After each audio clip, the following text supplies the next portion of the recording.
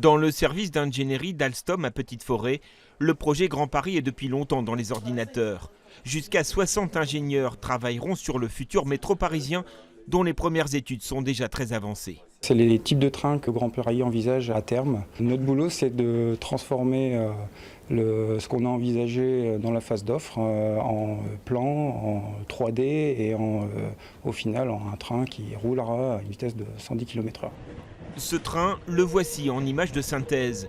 Un métro de grande capacité à haut niveau de confort qui traversera la capitale sur 3 lignes. Un contrat d'1,3 milliard d'euros, dont une première tranche ferme de 280 millions d'euros.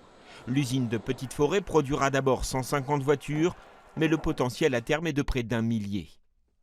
C'est une grande nouvelle, ils sont bien contents parce que nous avons connu une petite période de baisse de travail et donc aujourd'hui c'est la grande reprise. Une reprise déjà bien amorcée depuis quelques mois, fort d'un demi-siècle d'expérience, le site de Petite-Forêt, centre d'excellence du métro au sein du groupe Alstom, voit ses commandes affluer. C'est un site qui a un carnet de commandes déjà bien rempli, avec un grand nombre de contrats, notamment pour les RER pour la SNCF, les métros pour la RATP, métro d'Hanoï, métro de Lyon, les tram-trains.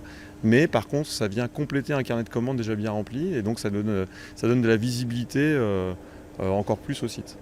De la visibilité qui se traduit déjà en termes d'emploi, une centaine d'embauches cette année et 70 nouveaux postes créés en 2019.